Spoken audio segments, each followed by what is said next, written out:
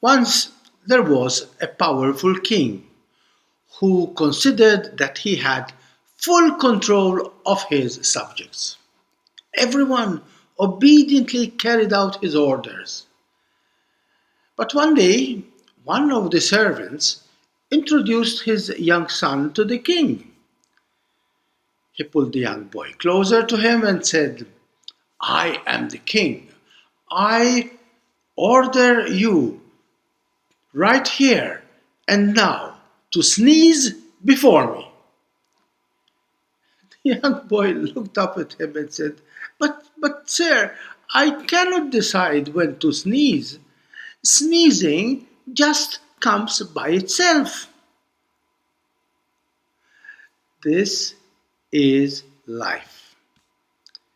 Certain things we can decide to make them happen.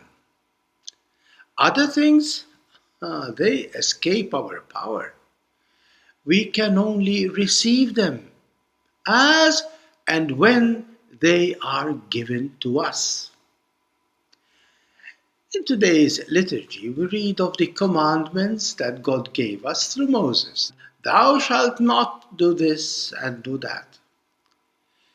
But God has also given us the dignity and the freedom to decide for ourselves. That is the gift which makes us indeed God's children, created in His own image and likeness, free to decide for ourselves. Yet, how dangerously easy it is to misunderstand, to misuse this gift of freedom. We easily forget that this is a gift. Too often we turn it into a right. If I am free to decide what I will or will not do, then I easily fall into the illusion that I have the power to decide things according to my preferences. I think and grow into the illusion that I have the power to decide when to sneeze. That means I become self-centered, arrogant. Life becomes all about me and my power. Just take a good look at our daily lives. What matters most in my life is reduced to what I think, what I want, what suits me. And life becomes my personal, private project. This is the worst of all illusions. I think that I am God, and life should be what I decide it to be. I become like the king of the story, victim of my own illusions. I want to control my life and the way I wish or decide. Life becomes my project. But life is much more beautiful than this. No, I cannot control everything. Life decides things for us, in spite of all our self-illusions. Life is made up of things we can and things that we cannot control.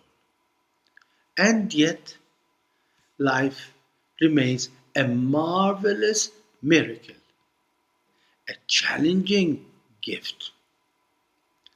Out of the 10 commandments, there are 9 that we can choose to do or not to do. The last and greatest commandment is not about doing anything. God invites us to forget all about what we should or should not do and concentrate in the last commandment, yes, on discovering who we really are. and not just what we do.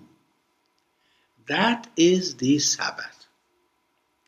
It is the day when God invites us to join Him in stopping to do things and simply rejoice in contemplating the beauty of all things, including ourselves.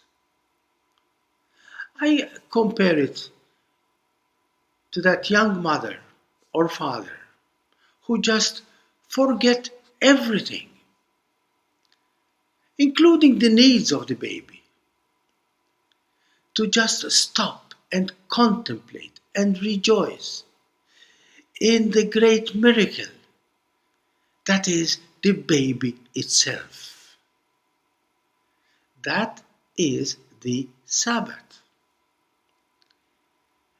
In life, there is a time to act and a time to just rejoice.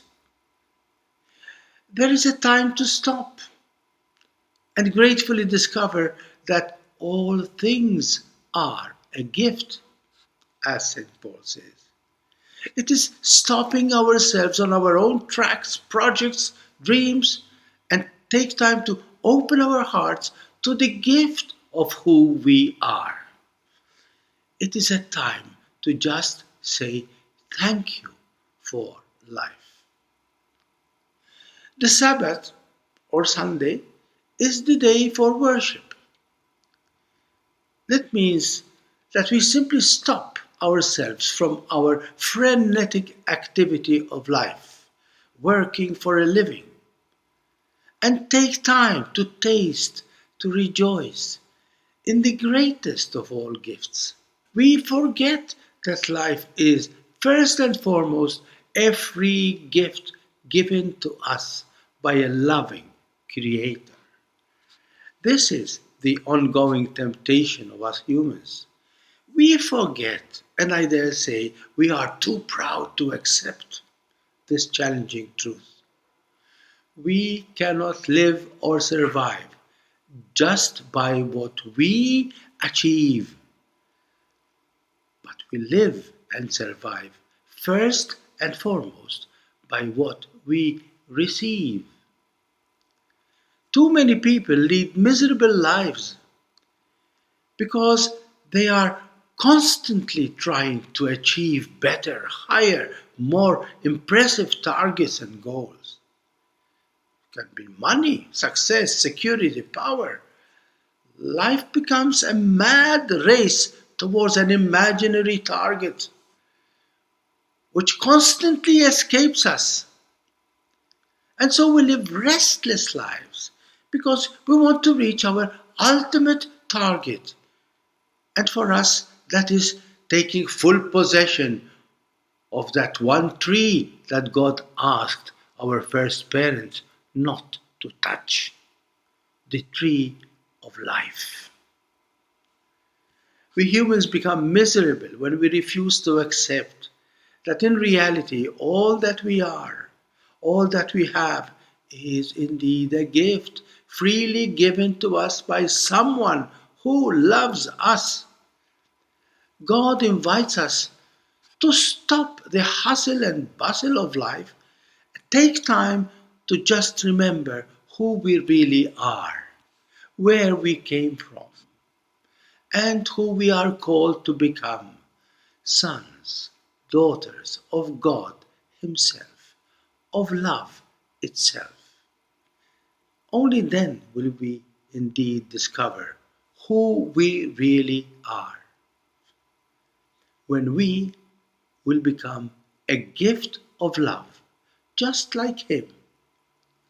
Blessed are we if in our lives we let every sneeze, every word, every action be a gift humbly received rather than a project proudly achieved. And this is why God is asking us, remember to keep holy the Sabbath day. 6 days you may labor, do all your work, but on the seventh day, It is the day of the Lord your God. On that day, stop relying on your efforts to earn a living and just open your hearts and gratefully rejoice and enjoy the greatest gift that God has given you, your very life. So, the next time you sneeze, think first of life as a free gift. And only then check out if it is or is not just a common cold. God bless you and thank you.